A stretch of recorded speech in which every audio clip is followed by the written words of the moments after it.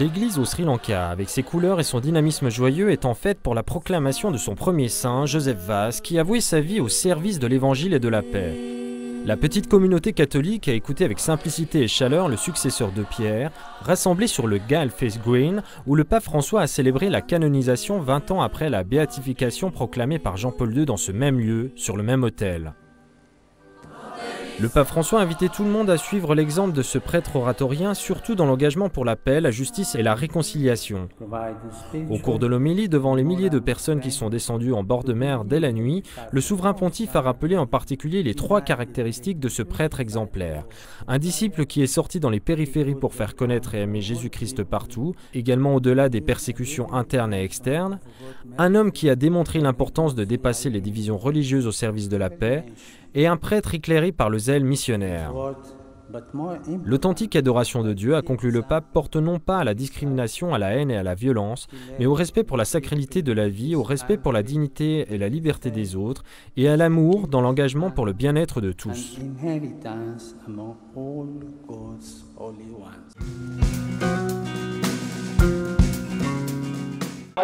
Dans le difficile effort pour pardonner et trouver la paix, Marie est toujours prompte à nous encourager et à nous guider. Dans le sanctuaire marial de Madhu, le pape François a prié pour la réconciliation du Sri Lanka après tant d'années de sang versé lors de la guerre civile. Particulièrement dans cette région, destination des pèlerins, des fidèles catholiques et pas seulement, trop de fois en effet touchés par des affrontements entre les rebelles tamouls et les forces gouvernementales, transformant le sanctuaire en un lieu d'accueil et de protection des réfugiés. Dans le cœur lacéré de ce pays asiatique, a remarqué le souverain pontife, chaque famille qui a pleuré la perte d'êtres chers a trouvé le réconfort dans la Mère Céleste, qui toujours tend ses bras vers ceux qui restent en cherchant à retourner à une existence pacifique. Aujourd'hui, nous voulons remercier Notre-Dame, a ajouté le pape François, pour cette présence. Après tant de haine, tant de violence et tant de destruction, nous voulons la remercier parce qu'elle continue à nous porter vers Jésus, qui seul a le pouvoir de soigner les blessures ouvertes et de restituer la paix au cœur brisé. Devant une représentation de familles durement éprouvées par les hostilités, le souverain pontife a enfin rappelé que c'est seulement par la lumière de la croix que nous pouvons comprendre le mal dont nous sommes capables et pour lequel nous avons participé, et ainsi expérimenter le vrai remords et le vrai repentir.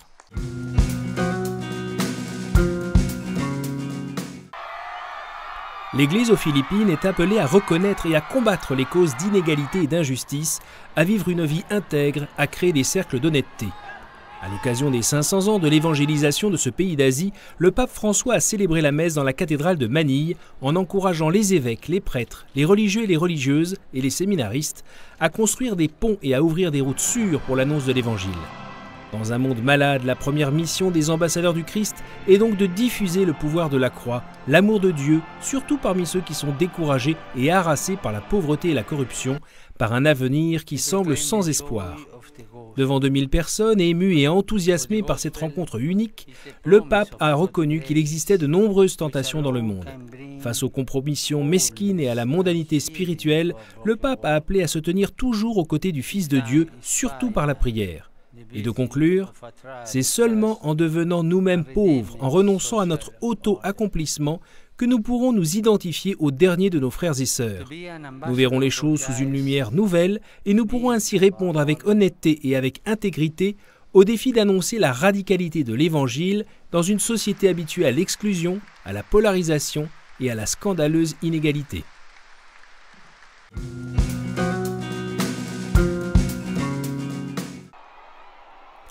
Dans la famille, apprenons à aimer, à pardonner, apprenons à connaître Dieu. Après avoir rejoint le Mall of Asia Arena en Papamobile au milieu d'un océan de visages joyeux et de cœurs émus, le pape François a rencontré les familles philippines venues témoigner de la beauté de la foi.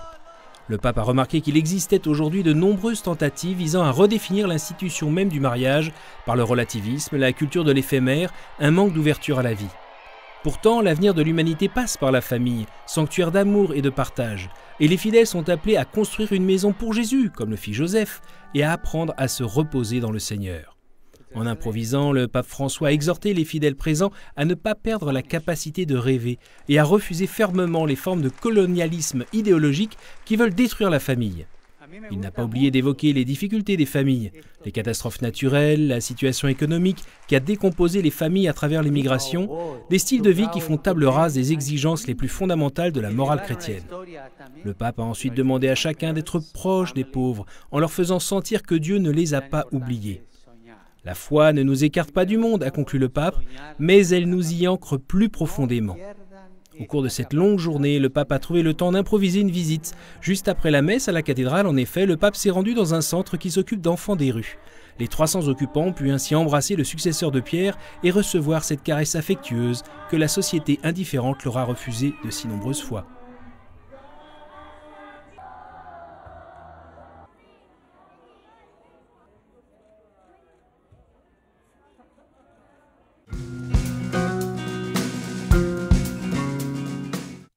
En 2013, le typhon Haiyan a semé la destruction, entraînant avec lui des milliers de vies.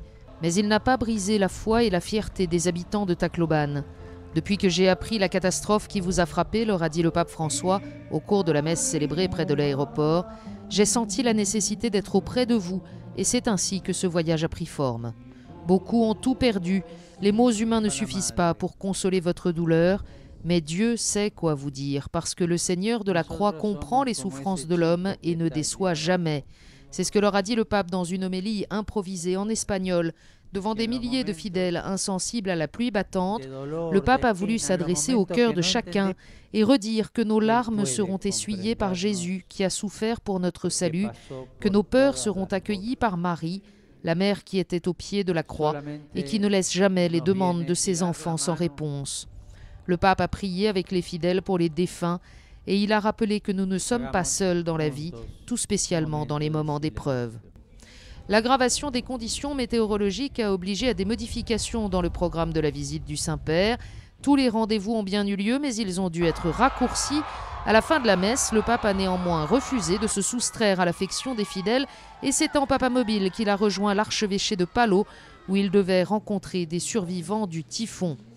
Le pape François s'est aussi arrêté le long de la route pour s'entretenir avec une famille de pêcheurs et puis il a béni le Pope Francis Center pour les pauvres, encore en construction, avant d'entrer dans la cathédrale pour un bref moment avec les représentants de l'église locale.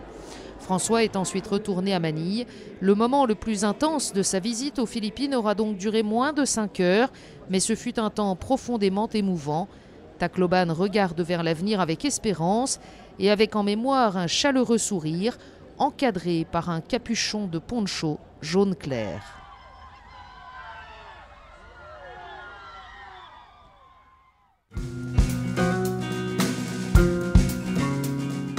Un dialogue franc et ouvert, marqué par des moments d'émotion intense, voilà ce que fut la rencontre du pape François avec les jeunes Philippins à l'université pontificale et royale Saint-Thomas de Manille. Le pape les a encouragés à se laisser surprendre par l'amour de Dieu. D'abord, François a voulu évoquer la jeune fille de 27 ans morte la veille à Tacloban du fait des intempéries et ses parents qui viennent de perdre leur fille unique. Et puis, la spontanéité a prévalu et le pape a délaissé son discours officiel pour improviser en s'inspirant des témoignages des jeunes, notamment de 2 enfants de la rue.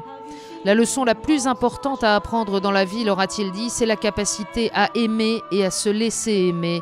L'amour est toujours une surprise, leur a dit le pape. Pour répondre aux nombreux défis qui attendent les jeunes, le pape a proposé des repères précis, indiquant 3 langages qui permettent de créer l'harmonie, penser, sentir et faire.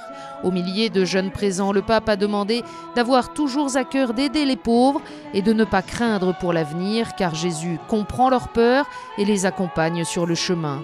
Le monde n'a pas besoin de jeunes de musée, a conclu François, mais de jeunes sages.